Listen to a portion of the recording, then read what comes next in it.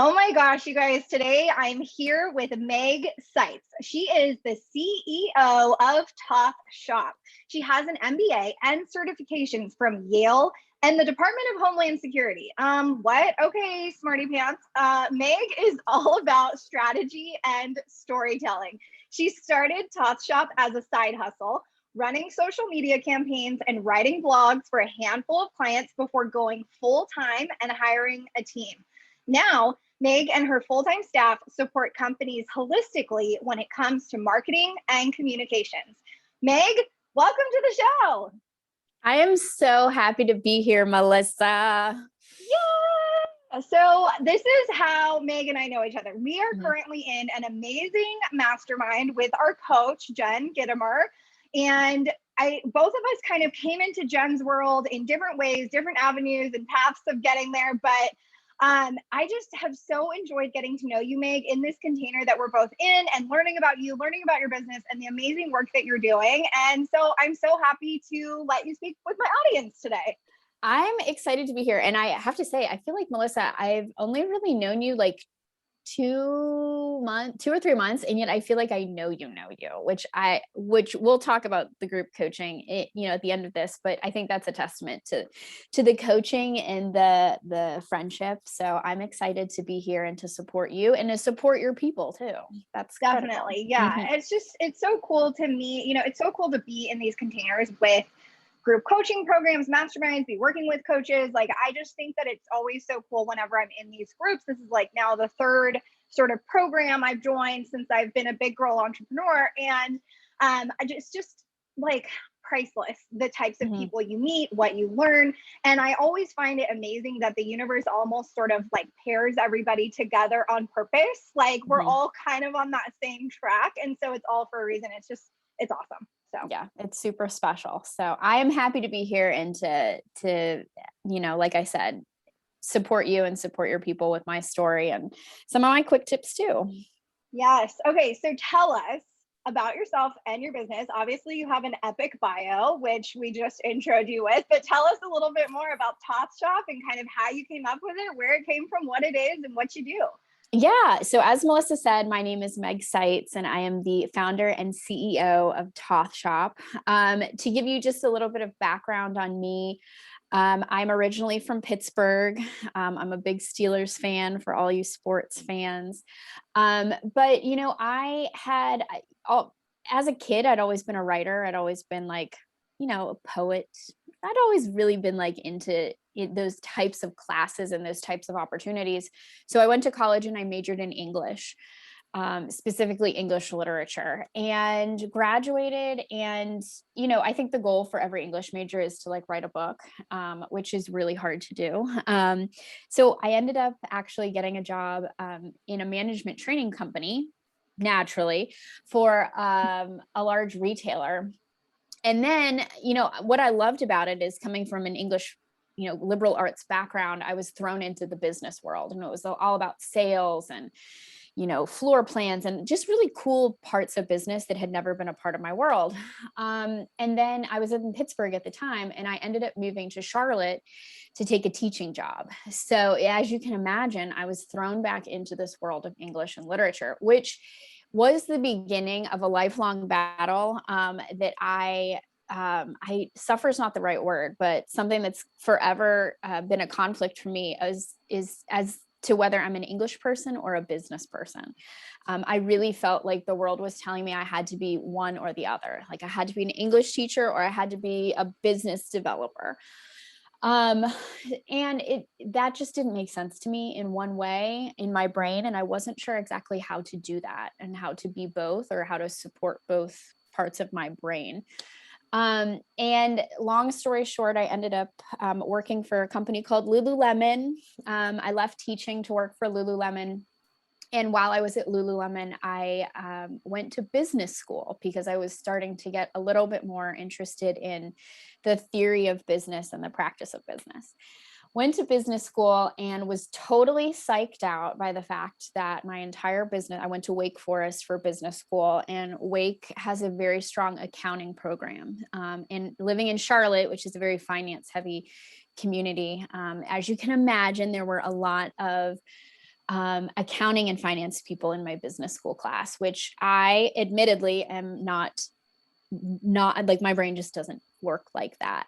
So I really psyched myself out because I was the only English major. I was the only one from Lululemon in my business class. And I didn't feel like I belonged until I started to see pitches by some of these guys and, men and women who were pitching for money and telling stories, or trying to tell stories and trying to get money. And it was like, they were totally flubbing stories, and they were totally flubbing opportunities to connect. And I was like, well, this is my English major. Like, this is every story we've ever read. This is every book we've ever read. Like, this is critical thinking that I know really well. So it was at that point that I started to play around with the idea that would become Toth Shop, which is this hybrid between my creative brain and my business brain. And a couple years into Toth Shop, we crafted a tagline that says that our mission, really a mission, to bring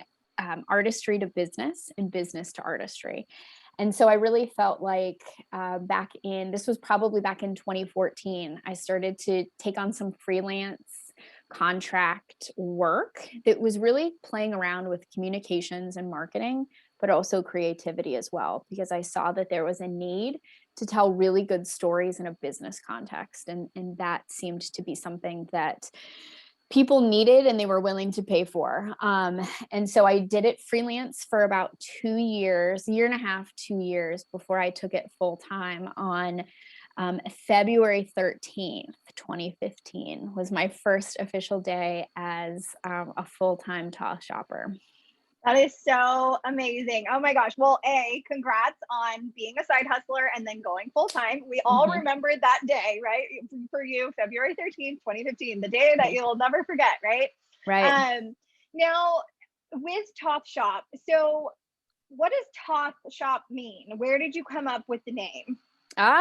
Okay. So Toth, T is spelled Toth. Toth is actually my middle name. It is it's a very popular Hungarian last name.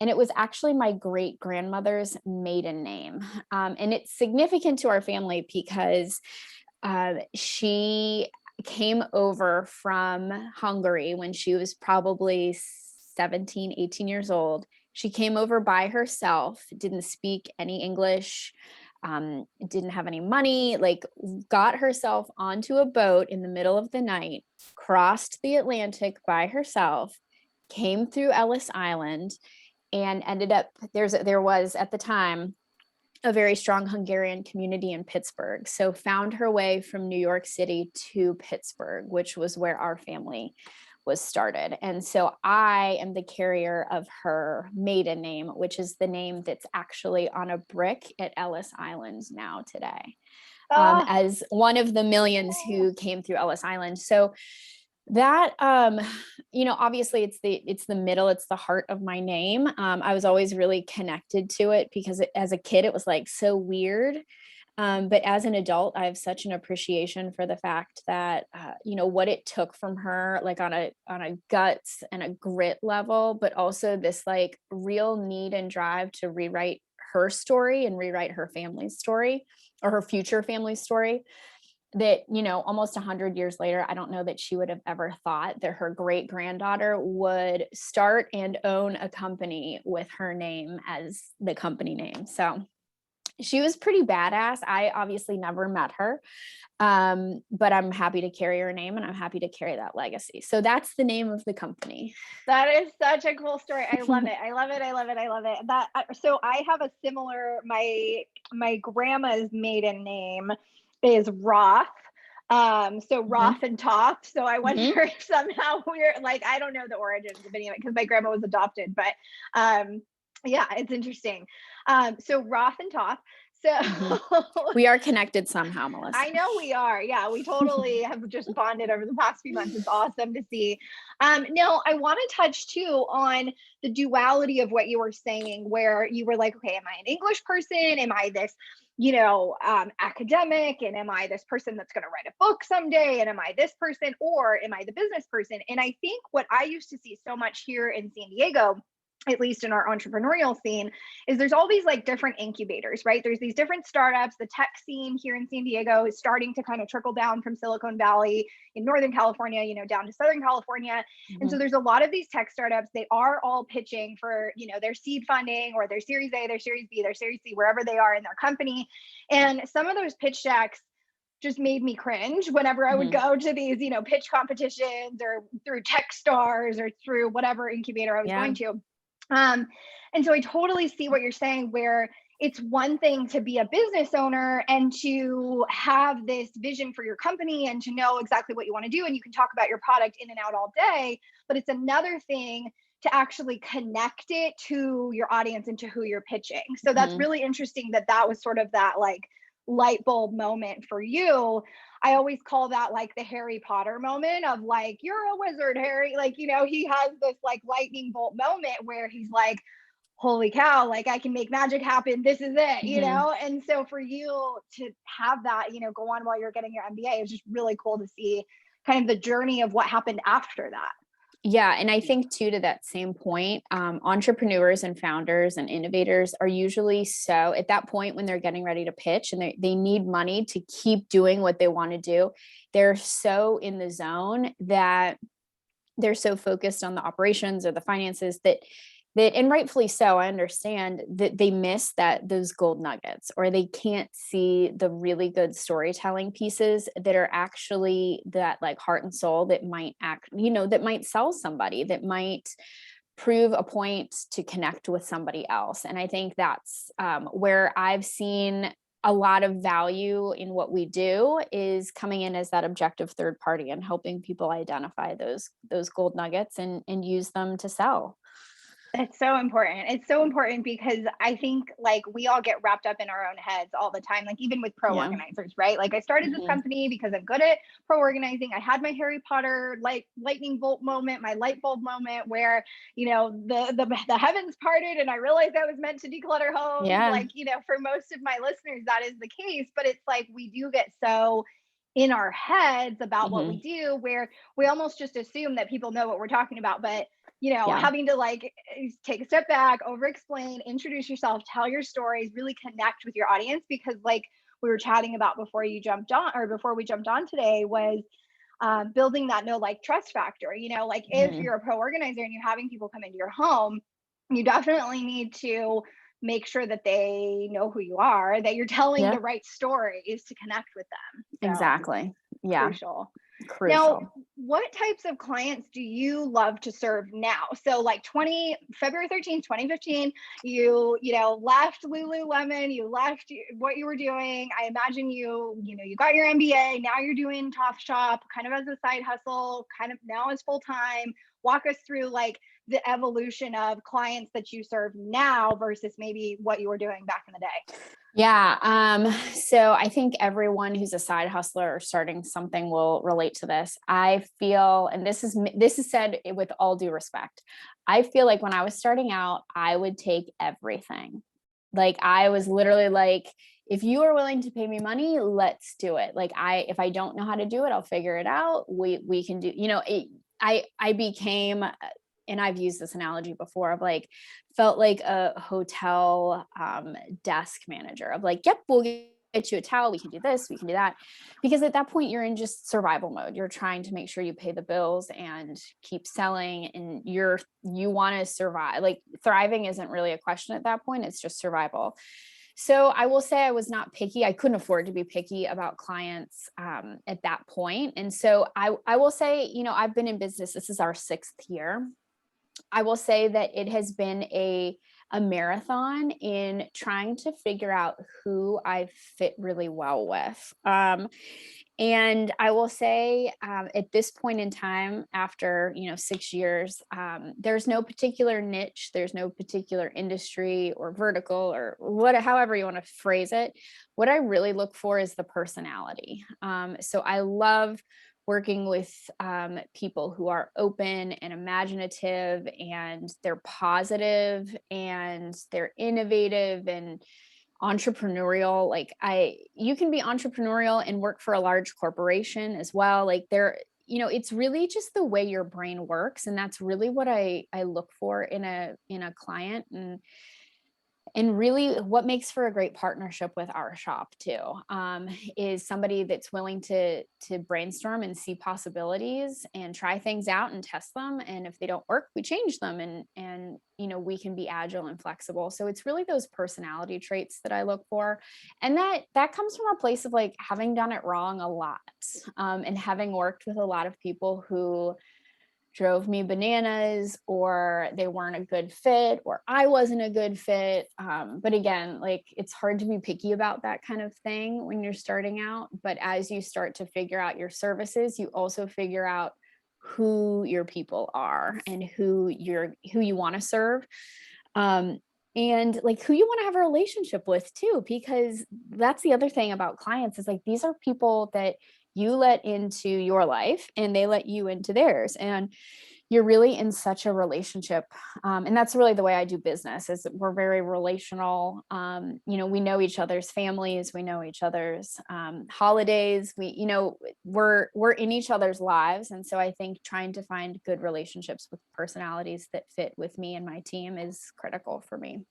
It's so important. It's so, so important because you can love what you do, but if you don't love who is getting the, the gems and the gold of what you do, then it's not worth it, No. And I think like that's what I did in organizing for so long, Meg, was because, exactly like you said, you're side hustling, you're taking anybody and everybody. I started Let's Get You Organized back in 2011 with a few Vistaprint business cards and a little car magnet and some Craigslist ads that said I would organize any room you needed for $10 an hour. And like, back in the day, I was just trying to like figure my way out and figure out what I liked, what I didn't like, and, get all those bumps and bruises along the way. And then finally, 7-8 years later, I was like, oh, this is my demographic. This is my avatar. This is my niche of like who I want to serve. And for me, exactly like you said, it was never the like,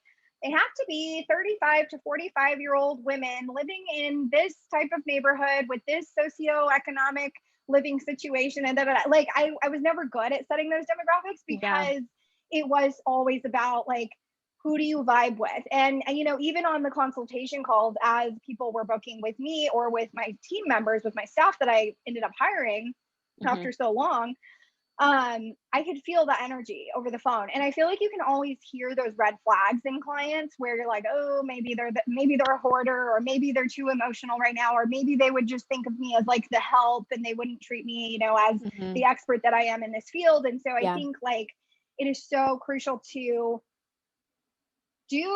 get those bumps and bruises in a way. It's almost like you have to get the bumps and bruises to like find your way of what you're meant to be doing. Absolutely. Like, I feel like I heard that, like that gut feeling that you're talking about, like I felt it or heard it in my head or my heart several times, and I've ignored it and I've gotten screwed by that. Whether it's financially or emotionally or whatever, it's like, I knew that wasn't going to work out, but I still took it for whatever reason. I needed the money, we needed the work, we needed the networking, and it just never works out. Like, you really have to trust that your vibe and who's going to be a good fit for you. Because when you make those choices, you save yourself so much time and energy and attention and money, and because a lot of those people they're just hard to work with. And so if you can avoid it, if I can help someone else avoid it, I will. But a lot of it, to your point, you have to learn on your own too. Yeah. Yeah. It's interesting to see, like, Meg as the business owner 6 years ago versus Meg now, Melissa as the business owner 6 years ago versus Melissa now. Like, you mature so much, I think, in entrepreneurship. You get to know yourself so much in entrepreneurship. It's like the biggest lesson in emotional intelligence and self-awareness. And it's like, at this point, I don't even go to therapy anymore because I'm like, well, my business is just teaching me all my lessons I need to learn. You do. It is a steep learning curve, but yes, I will say I've learned a lot about myself. I've learned a lot about business. I mean, what's ironic, which is crazy, is that I've been to business school and I didn't learn anything about running a business in business school, which sounds stupid, but it's true because it's just a different way of thinking when you're running your own shop, versus, working for a corporation or working for another entrepreneurial idea. It's just different. It's you have to be willing and open to experience lessons all the time. Yeah. And that is definitely my unpopular opinion, is like these women that come to me and they're like, I'm waiting to become certified. I'm waiting to become a certified professional organizer, or I'm waiting to get this acronym after my last name, or I'm waiting for this, paper to put up on my wall, or whatever it is. And it's like, look, with business school specifically, with pro organizing certification specifically, if you're going to go and learn how to be a pro football player, I'll relate it to your Steelers reference, even though I know nothing about football. But if you're going to go be a pro football player, what are you going to do? You're going to get out onto the field, put on the uniform, put on the helmet, put on your padding, get tackled, try to make the goals. You're going to do it, right? You're not going to go sit in a classroom somewhere or in a virtual environment and learn about the history of football and how football plays are made and what the coach's role is and where the referee sits. And no, you're going to play the damn game and play in the puddle and get your feet wet. And that's how you learn. Yeah, it's true. And it is a full contact sport, and no one else can learn those lessons for you except you. So you do have to put yourself on the field, and you got to do it. Yeah. Yeah. I love that you said that. Because I think women really do need to know that it's, stop waiting around, stop waiting for the certification, stop waiting for the degree, stop waiting for the whatever. Like, if you know that you're good at this and you have a passion for it and you have a desire to do this and a vision for your life to do this, go fucking do it. Yeah. It's funny you say that, because I didn't mention this in the, I obviously approached this story of Toss Shop and the evolution from a business perspective, but emotionally at the time, when I started Toss Shop, I was in my early 30s. I was probably like 32, 33. I'm trying to do the math now. Yeah, I think I was about 32. And the thing is like, I had worked for other people. I'd worked for a variety of organizations and teams and whatever. And I was really kind of at this standpoint where it's like, if I don't do this now, I don't know when I'm going to do it. Like, I don't want to wake up 10 years from now and be like, I wish I had tried that. And I don't know if I was waiting for my like Harry Potter moment or what.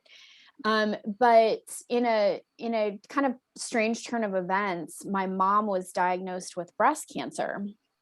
And I became very aware of the fact that life changes really quickly. And me sitting around and waiting another 6 months, year, 5 years, wait till I get married, wait till I do this, like whatever it was, like I became very aware of the fact that things change and circumstances change. And like, we either do it now or we don't do it. And so within probably 6 months of her being diagnosed, I left my full time. I started the company and I left and I took it full time. So you make decision, like you get these light bulb moments and you've got to make a decision. And my mom is doing well. Like it was just one of those things in life that hits you and you're like, what am I doing? I need to, there's no time to waste. We don't have time to talk about this anymore. Yeah. Yeah. And that was such a catalyst for your change in your life, to see that and to just be shaken by it, like literally shook by it. And I think that's been a theme that I hear over and over again, honestly, with entrepreneurs that have gone from a side hustler to a full-time business owner. For me, it was miscarrying. I was engaged and pregnant and living in a white picket fence home, and I was working a job that was making me miserable and literally just making me so stressed out to not even be able to carry life, right? And those are the moments where it's like, exactly like you said, what am I doing? Like, what is this, And so I hear that so often, and I think it's listening to it is the key to take the action. Yeah, absolutely. Because I think we wait for these moments where it's like, oh, I'll wait until it all makes sense, or I'll wait until I have the security or the safety or the money in the bank or somebody else's income to help balance out my choice. And at the end of the day, you're kind of like, fuck it, I have to do it now or I'm never going to do it. Yeah. Yep. 1,000%. 1,000%. Okay, so what are some tips? You know, my podcast is for pro organizers. Some are just starting out, some are more established, but most of them are, you know, it's an evolution, trying to find your brand voice, trying to show up for your audience in a, you know, authentic, genuine way, trying to build that know, like, trust factor, like I always talk about. So what are some tips that these folks can harness, put into action? I'd love to hear it from you. Sure. Yeah. What's amazing to me is obviously with pro organizing, I feel like pro organizing is also a lifestyle choice. You know, like I feel like it's the way you filter the world. It's the way you filter life for yourself and for other people. And I think what you can do, what's awesome about pro organizing is that you can take a lot of your thinking and apply it to marketing. So I have 3 quick tips that I think could be helpful. The first is the same way as you go into a space and you're trying to eliminate the clutter or talk through why the clutter is there, you have to do the same thing with your marketing. A lot of times we think, oh, the more copy, the more words, the more money. And that's not the case at all, because, you know, the more we have on there, the more the story becomes confusing and muddled and just too much. And so one of my first tips, you know, whatever industry you're in or whoever you are, is to eliminate the fluff, take out the extra. And I have a perfect example of this. So couple things. First thing is, last year during the pandemic, I was getting really nervous as a business owner. It was like, I don't know where people are going to be spending money. Are they going to be investing in marketing? Are they going to be pulling back? And so my instinct was to overindulge on my writing. Like my writing became very wordy and I felt like I had to explain everything because I was writing from a place of insecurity. And whenever you're making a decision in marketing and you're coming from a place of insecurity, you're going to almost like nest, you know, when you start to have these like clutter nests and you start to have more around than you need. And that's really what was happening. Is I was so afraid and so insecure that I started to just really cushion with a lot of copy all over the place. And Melissa, you were actually one of the people that called me out on that when you looked at my website and you're like, this is too long. This is too much. And in doing my like woo-woo self-work, I was like, you're right, because I wrote this at a time when I was really scared and insecure. So that would be my first tip for marketing is cut the fluff. That's so true. Like, as you're saying it, like, you know, obviously as pro organizers, we work with the people that, you know, are chronic hoarders or chronically disorganized or, you know, chronic over shoppers, over spenders, over consumers, things like that. And I've never, ever thought about it as it pertains to words. So I love that you have made that connection and done all that reflective work over the past year of, you know, coming out of the pandemic now. And like, that's amazing. Yeah. What an awesome insight. And I think what I could see happening, like with my girls that are, you know, writing their about me page copy or writing their package pricing copy of what's included in each of their pricing tiers or whatever that might look like. I think that is so common where people will try to throw in everything but the kitchen sink just to like show their worthiness in a way, like show like, hey, this is why you need to buy from me. And it's like, as the consumer, I just want the quick and dirty, the bullet points, the clear, concise version. So I love that you're saying this. Yeah. I mean, I think too much copy is not about your reader. It's about you. And so and when you pointed that out to me, and when I started thinking about that, I was like, that's so true. I wrote this at a really like sad, down, insecure time, and I was overindulging in the copy. So I'd be aware of that. I'd really be conscious of, you know, how are you padding it with extra words, extra ideas, like stuff. You know, great anchor. I feel like I have this thing called Crutch Words where I feel like we will start sentences with, I just did it actually. Like, I feel that. Like, anytime you see that in your writing, cut it out. You don't need it. It's a cushion and it's a crutch. So take it out.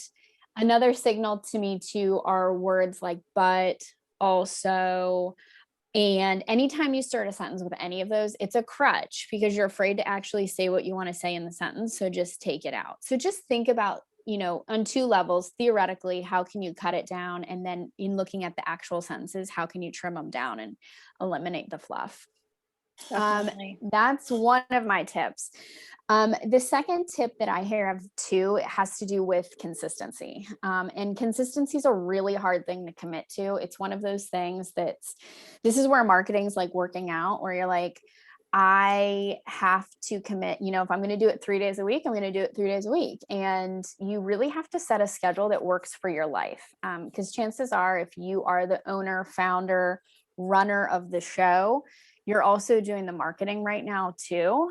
We've all done that. We've all been in that place. And all I would say to you is try to figure out what consistency means for you. Like, what does that word, what does that idea mean for you?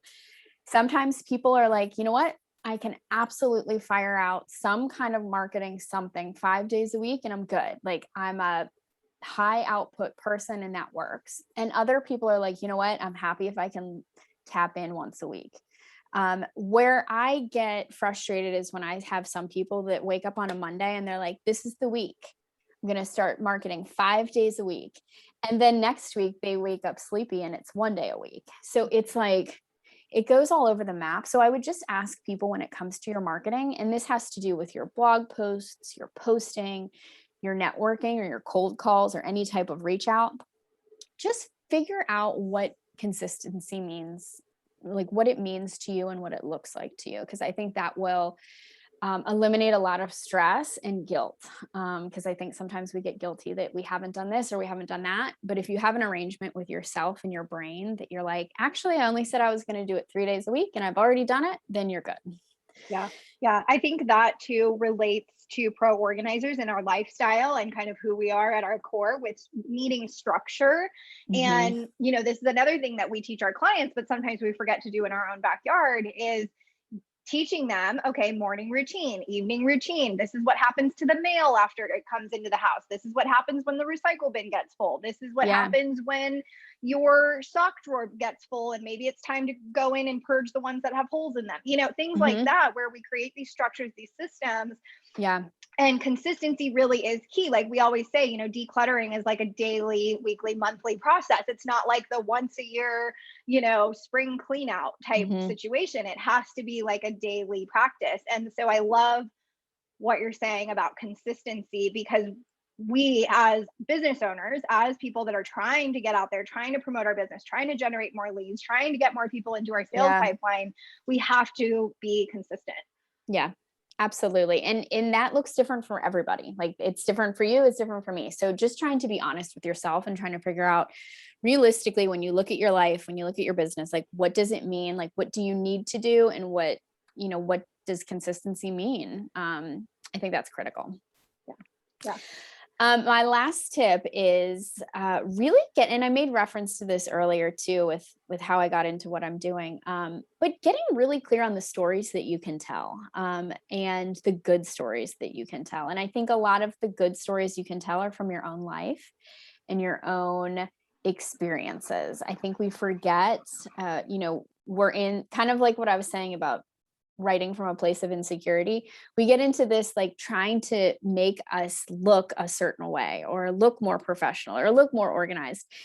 And we get wrapped up in these stories of how we want to look. And in reality, the actual story of who you are and how you got to where you are is critically important to the world. And I would ask that everyone at least consider using it for marketing purposes, because everyone's story and experience is different. And I think if you figure out a really smart, clever, professional way to tell your story, that's not like a diary outpouring of all the things, but is told in a very helpful and valuable way, I think it can be really powerful in creating connections with potential clients that you vibe with. I think that's the thing, is the more honest you are about your story, the more you will attract people who who you vibe with. And I think that's my goal in marketing, is that you attract more of the people that you want to work with versus having a slew of people that you're like, I would never work with any of these people. Like, it's a waste of time. I would rather you use your story to attract your people. I love that so much. I think as business owners, when we're just starting to get business, we're doing what, both you and I did, where we're taking anyone and everyone, we're throwing spaghetti at the wall, we're saying we just need the money, we're coming from that place of desperation, or maybe from that place of insecurity. And at a certain point, I feel like you kind of mature in business, like you kind of like grow out of it, and you kind of look at yourself like, what the heck am I doing? And for me, I was that rose gold, pink, fluffy, frothy, peonies all over my website, me wearing these very like girly outfits. And then I like looked at it like, who is this person? Like, this is so not me. And those are the people that I was attracting, was these like really high maintenance, bougie type clients that treated me like the help, treated me like I was a maid, didn't pay me what I was worth, like would have me stay an extra hour during a 4-hour home organization session, and like not want to pay my hourly rate on top of the 4 hours, all of this stuff. And so I love what you're saying, where it is attraction marketing. Like, I always think of a lighthouse. Say that you're in like this deep, dark ocean. It's completely pitch black outside. It's 11 p.m. at night, and all of a sudden this lighthouse goes on, and it has that beam that just goes around and around the ocean, and you can see so clearly now. And it's like, that's where I want to go. I want to go swim towards that lighthouse. And so what type of lighthouse are you being for your clients that you're trying to attract? Yeah. I think we got really hooked on the fake it till you make it philosophy. And the thing is like, anytime you fake it in your marketing, in your storytelling, in your sales pitch, like at some point reality will set in. You're either going to hate the work you're doing, hate the people you're working with. You're either going to be Googling how to do something because you told somebody how to do it. Like, it never works out. And I think we fell in love with that concept because it's glamorous and it's like the hustle and the grind. But at the end of the day, it actually makes it harder to show up as yourself. And I know that because in those early pitches, when you were faking it till you make it, like, you pitch it and then you turn, at the time it was, we would meet in person or over the phone, and you'd get back in the car and you'd be exhausted because you just had to pretend to be somebody else for a good 45 minutes. And then you'd have to put the show on again when you actually do the work with that person. So I feel like I wish more women specifically would break up with this like fake it till you make it mentality, because it just never, it doesn't work as well as you think it's going to work. Like, just be honest about who you are and what your story is, and your people will find you. Yeah. Boom. Mic drop. That's I love it. Yeah. I love it so much. Thank you, Meg, for being here with me today, for dropping your amazing knowledge. And where can people find you? I'm sure people are going to want to connect, want to check out what you're doing with Toth Shop. Where can people go? Yeah, people can always go to our website, which is Toth Shop, TOTH shop, SHOP.com. My preferred social media is LinkedIn. And obviously my name will be on this episode and the show notes, I'm assuming, but you can just look me up there. I'd love to hear, even with a personal note, if you listen to this episode, let me know. I'd love to connect. I will say I'm a clutter bug, Melissa, so I could probably use some of your pro organizing tips. I'm really big on laundry nests. I don't know if you deal with that. Laundry nests.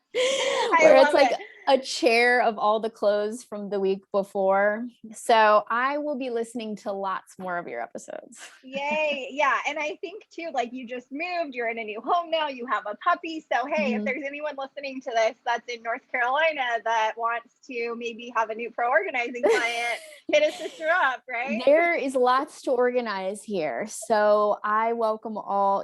Yes, this is an open call for pro organizers in the Charlotte area.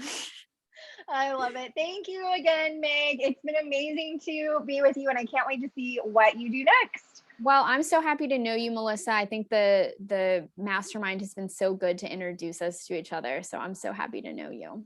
Yes, yes, yes. And cheers to our growth during this container, during this year. I can't, who knows where the heck we're both going to be at the end of December. I know we're going to be like rocket ships ahead of where we are now. Absolutely.